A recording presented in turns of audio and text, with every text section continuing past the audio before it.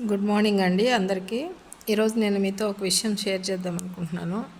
ఏంటి అంటే అది ఫస్ట్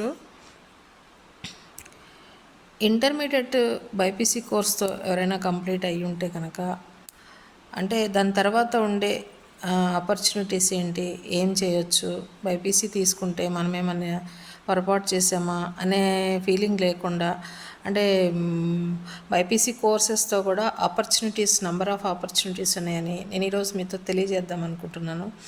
అంటే బైపీసీ అంటే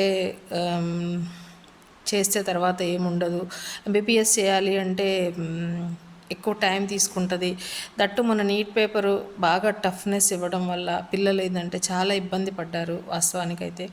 సో దాంతో ఏంటంటే కొంచెం అందరూ లాంగ్ టర్మ్ తీసుకుందామా వద్దా, బైపీసీ ఫస్ట్ అటెంప్ట్లో రాని పిల్లలందరూ ఆలోచన చేస్తున్నారు.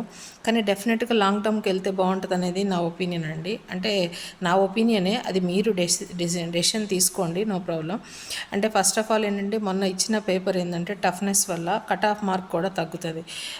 ఓసీలకు వచ్చేసి 400 నుంచి 420 మధ్యలో ఉంటుంది. బీసీ వాళ్ళకి 380 390 అట్లా రావచ్చు. నెక్స్ట్ ఎస్సీ ఎస్టీ వాళ్ళకి వచ్చేసి 350 నుంచి 360 మధ్యలో వచ్చే ఛాన్సెస్ అయితే 100% ఎంబీబీఎస్కి ఉందండి.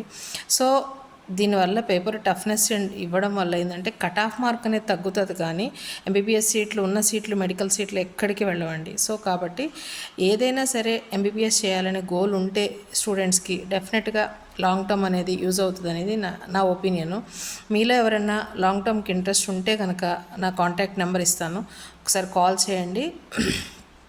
డెఫినెట్గా నేను గైడెన్స్ ఇస్తాను. ఓకేనా? బాయ్ అండి, థ్యాంక్ యూ. అండి ఈ వీడియోలో తెలంగాణ అండ్ ఏపీలో కట్ ఆఫ్ మార్కు ఎలా ఇస్తారు నీట్లో, year expected cut off mark అంటే 2025కి 26కి ఎక్స్పెక్టెడ్, 24లో ఎంతవరకు కట్ అయింది, 25లో ఎక్స్పెక్టెడ్ కట్ ఆఫ్ అనేది నేను ఒక చిన్న క్లిప్ ఒకటి యాడ్ చేస్తాను. అట్లనే మా కాలేజ్ బిల్డింగ్ కూడా యాడ్ చేస్తాను. మీకు ఎవరైనా ఇంట్రెస్ట్ ఉంటే నా ఫోన్ నెంబర్ కూడా యాడ్ చేస్తాను, మీరు నన్ను డైరెక్ట్గా కాంటాక్ట్ చేయొచ్చు. ఓకేనండి, బాయ్, థ్యాంక్ యూ.